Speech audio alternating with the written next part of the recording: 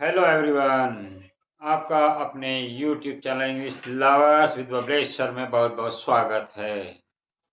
जैसे कि आपको मालूम है कि हमने ट्रांसलेशन अभी अभी की है। ट्रांसलेशन के बेसिक रूल्स जैसे कि सभी tenses has, have, had, is to, am to, are to, was to, were to, has to, have to, had to, about to, use to, begin to, had better, prefer to, और इसके अलावा conditional, causative, verbs etcetera etcetera हमने बहुत सारे rules किए हैं।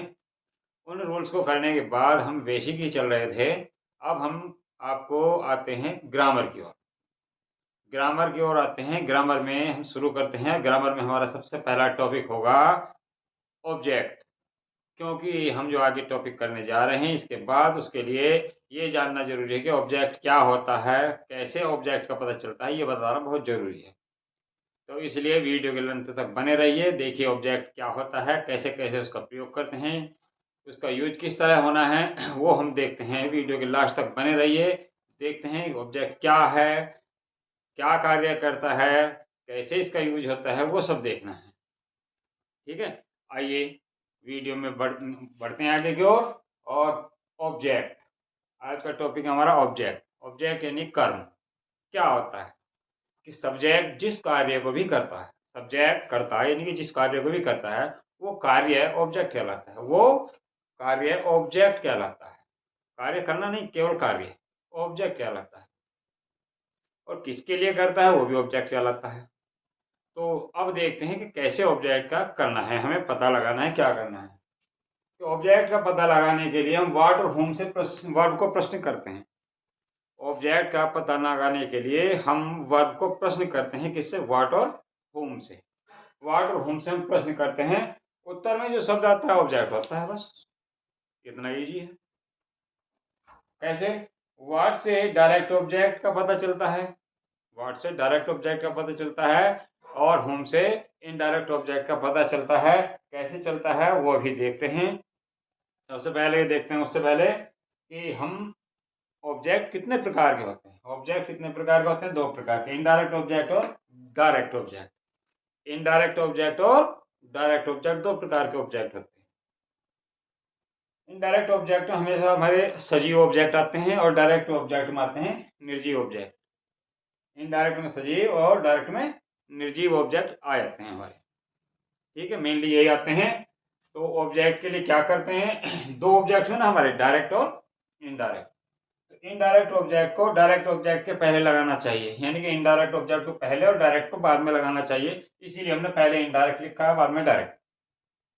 ठीक है, इनडायरेक्ट ऑब्जेक्ट को पहले लगाना चाहिए। लेकिन यदि हम डायरेक्ट ऑब्जेक्ट को इनडायरेक्ट ऑब्जेक्ट के पहले लगा देते हैं, यानी कि इसे हम पहले लगाते हैं, इनडायरेक्ट को बाद में लगाते हैं, तो अब क्या करते हैं? तो इनडायरेक्ट ऑब्जेक्ट के पहले टू या फोर का प्रयोग होता है।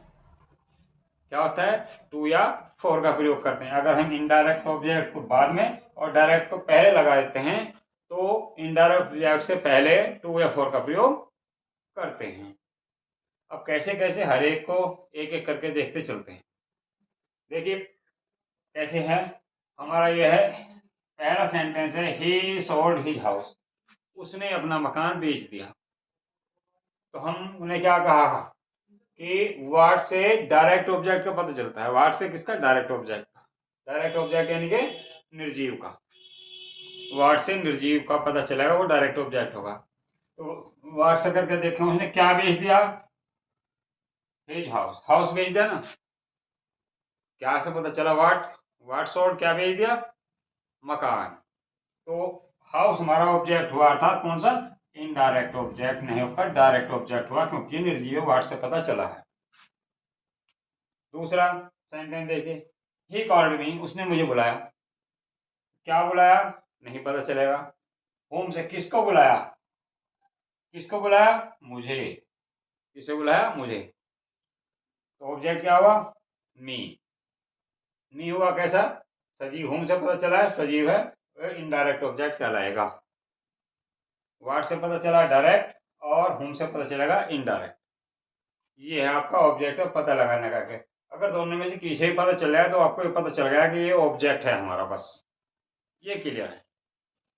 देखिए आगे देखते हैं। He gave me a pen. क्या, he gave me a pen, उसने मुझे एक पेन दिया।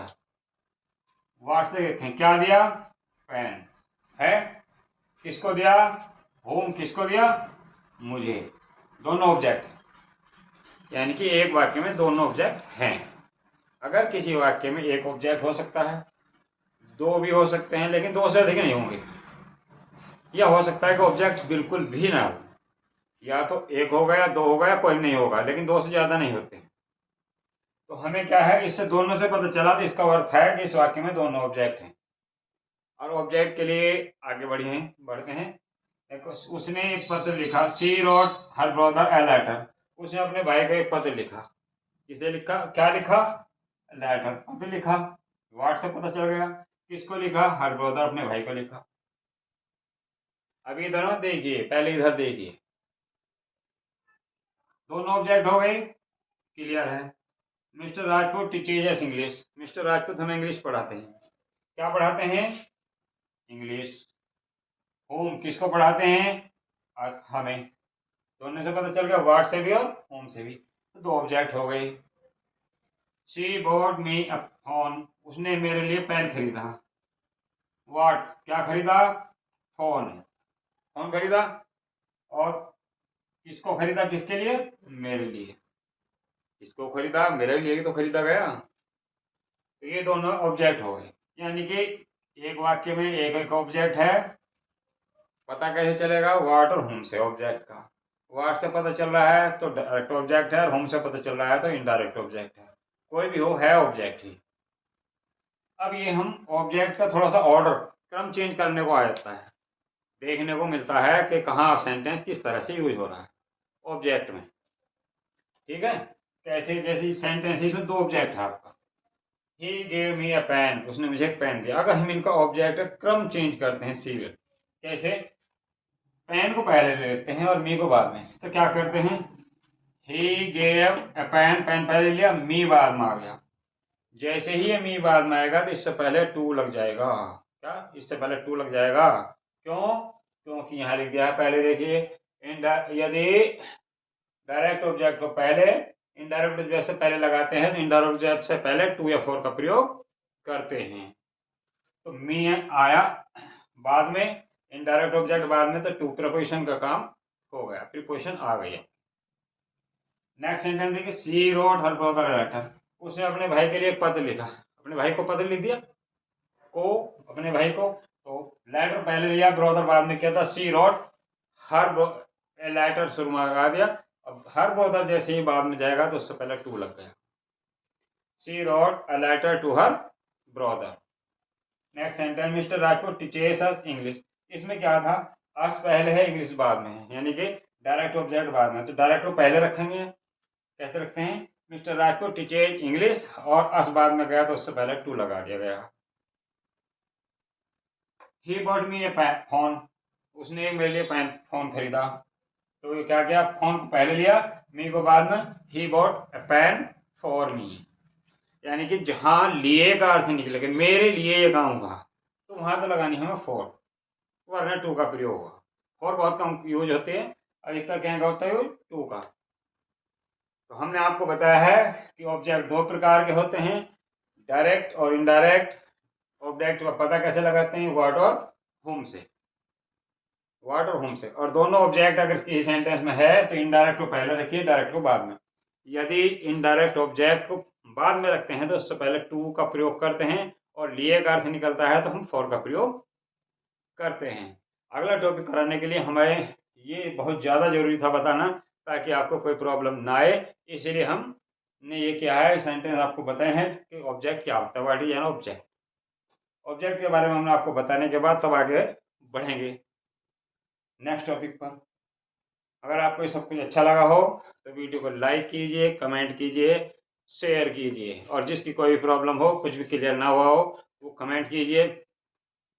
और मिलते हैं आपसे नेक्स्ट वीडियो में ग्रामर के साथ, स्पेशल रूल के साथ। Till then, have a nice time.